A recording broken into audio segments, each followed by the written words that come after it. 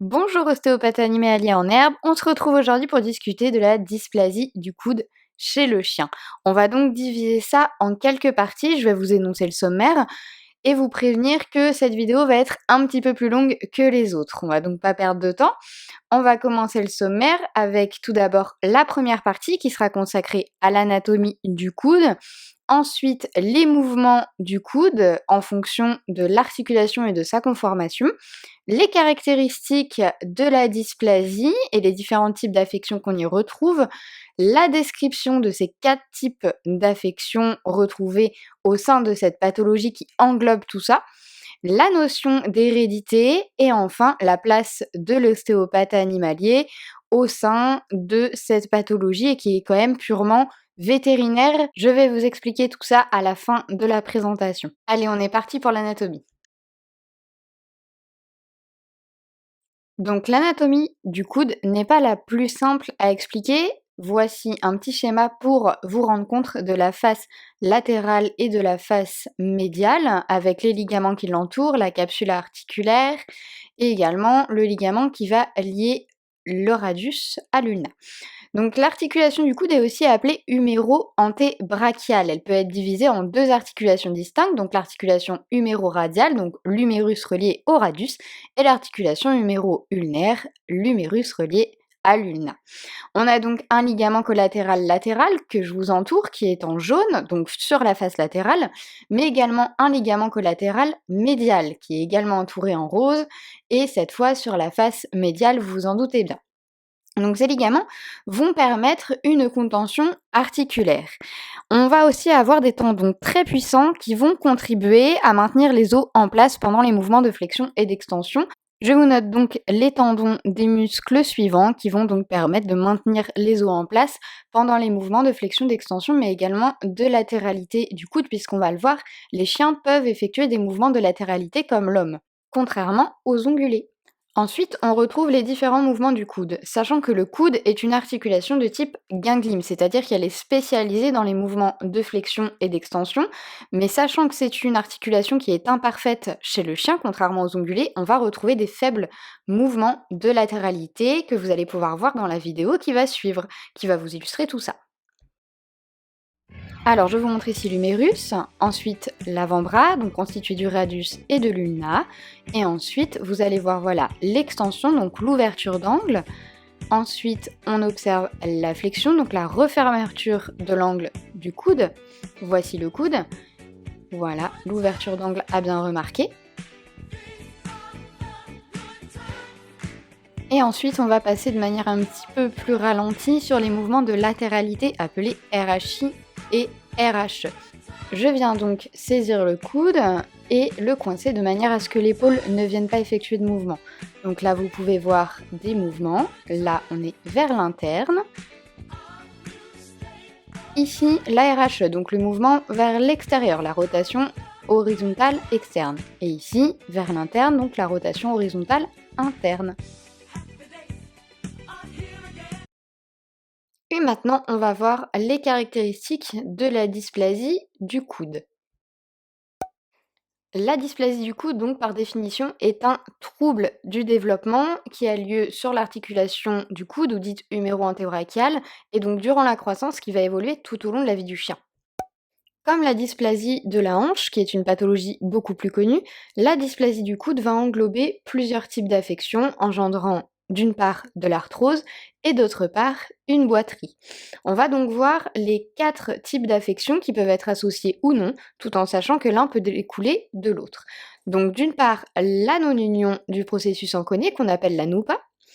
D'autre part, la fragmentation du processus coronoïde médial de l'humérus, qu'on appelle la FPCM. Ensuite, on va également retrouver l'ostéochondrite disséquente, qu'on appelle l'OCD. Cette fois, l'OCD concerne le condyle médial de l'humérus. Et enfin, on termine par une incongruence articulaire, aussi appelée IA. Ces 4 types d'affections seront donc associés ou non. Donc on arrive sur la description des 4 types d'affections, comme vous vous en doutez, puisque je vous ai énoncé le sommaire un petit peu avant. Ces 4 types d'affections, j'ai décidé de ne pas les détailler ici, puisqu'on est déjà à 5 minutes de vidéo et je me suis dit que ce serait vraiment une vidéo bien trop longue. Vous pourrez donc retrouver dans la description le lien direct pour voir l'article complet et également dans l'article complet, vous aurez le lien du support de cours qui me permettra de vous montrer un petit peu l'anatomie et finalement de quoi je parle. On va donc directement parler de diagnostic et de traitement qu'on a dit totalement vétérinaire tout à l'heure. Bon, évidemment, d'une manière générale, plus la prise en charge est précoce dans la vie de l'animal, notamment avant le développement de l'arthrose, meilleur est le pronostic. Ça, c'est le cas dans toute pathologie, je pense. Ensuite, le diagnostic de ces types d'affections sera exclusivement vétérinaire, c'est-à-dire que grâce à, d'une part, la radiographie, qui permettra de confirmer ou d'infirmer l'hypothèse de dysplasie du coude, mais également la présence ou non d'arthrose qui accompagne la dysplasie, ou bien grâce au scanner et à l'arthroscopie qui sont faits de manière bien plus onéreuse, mais également sont plus précis en cas de besoin de précision concernant les lésions articulaires présentes. Enfin, vous allez avoir des recommandations de la part de votre vétérinaire. Les recommandations qui sont les plus données vont être amenées en 3 points.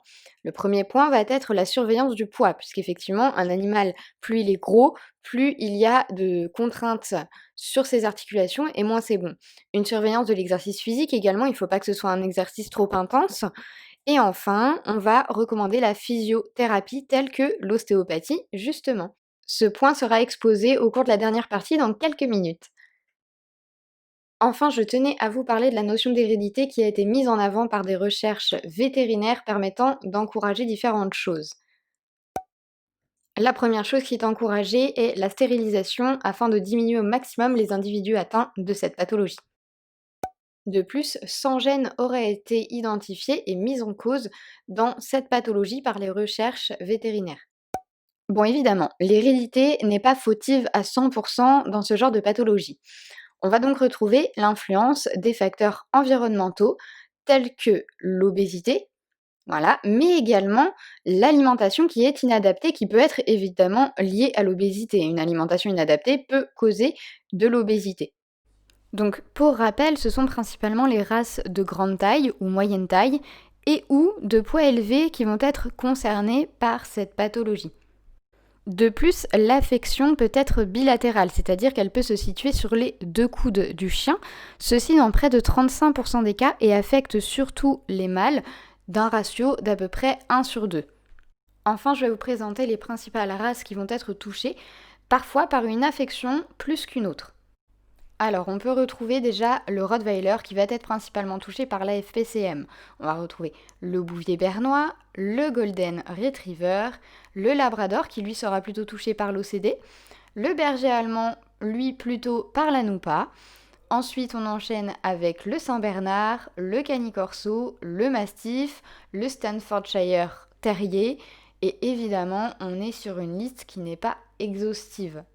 Comme vous pouvez le voir, on est quand même très rarement sur du petit chien, voire très petit chien, comme les chihuahuas. Et nous voilà sur la place de l'ostéopathe animalier. Donc, comme je vous ai dit tout à l'heure, nous n'avons pas notre place dans le traitement fondamental de la dysplasie du coude. On peut cependant aider l'animal. Donc évidemment, l'ostéopathe animalier ne va pas guérir la dysplasie du coude, c'est important. Il va avoir un rapport de confort à l'animal en utilisant des techniques pouvant potentiellement faire disparaître une boiterie et le besoin de médicaments. Ce sont des choses qui sont déjà arrivées. On va retrouver des légères décoaptations qui vont consister à écarter les 2 extrémités osseuses pour une bonne santé de la synoviale. Ensuite, on va faire des mouvements de circonduction, c'est-à-dire en petits cercles, de manière à détendre les muscles avoisinant l'articulation. Et enfin, lever les dysfonctions ostéopathiques pouvant intervenir sur l'irrigation et le drainage du membre antérieur.